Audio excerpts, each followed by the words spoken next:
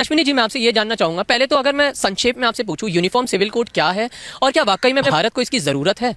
23 नवंबर 1948 को इस पे लंबी चर्चा हो चुकी है। भारत में शरीयत एक्ट चलेगा, पारसी मैरिज एक्ट चलेगा, क्रिश्चियन मैरिज एक्ट चलेगा, या केवल सबके लिए एक कानून चलेगा, इस पे लंबी चर्चा हो चुकी है। 23 नवंबर 1948 को इस पे लंबी चर्चा हुई। लंबी चर्चा के बाद तय हुआ कि भारत में अलग अलग कानून नहीं चलेगा, केवल और केवल सबके लिए एक देश एक नागरिक संहिता चलेगी, one nation one civil code चलेगा।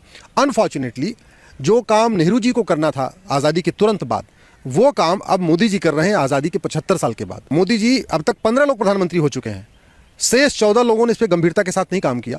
इसलिए मैं मोदी जी को धन्यवाद देता हूं कि कम से कम उन्होंने संविधान की आत्मा, जिसको बाबा साहब अम्बेडकर कहते हैं संविधान की आत्मा है, उसके ऊपर उन्होंने कदम आगे बढ़ा दिया है। लॉ कमीशन को डायरेक्शन दिया जा चुका है, लॉ कमीशन ने अपना काम शुरू किया है। अब तक 8 लाख से ज़्यादा लॉ कमीशन के पास सजेशन भी आ चुके हैं। तो ये पर्सनल लॉ और सेकुलरिज्म ये एक साथ नहीं चलते। हम कहते हैं भारत सेकुलर देश है, दूसरी तरफ पर्सनल लॉ को भी ढो रहे हैं।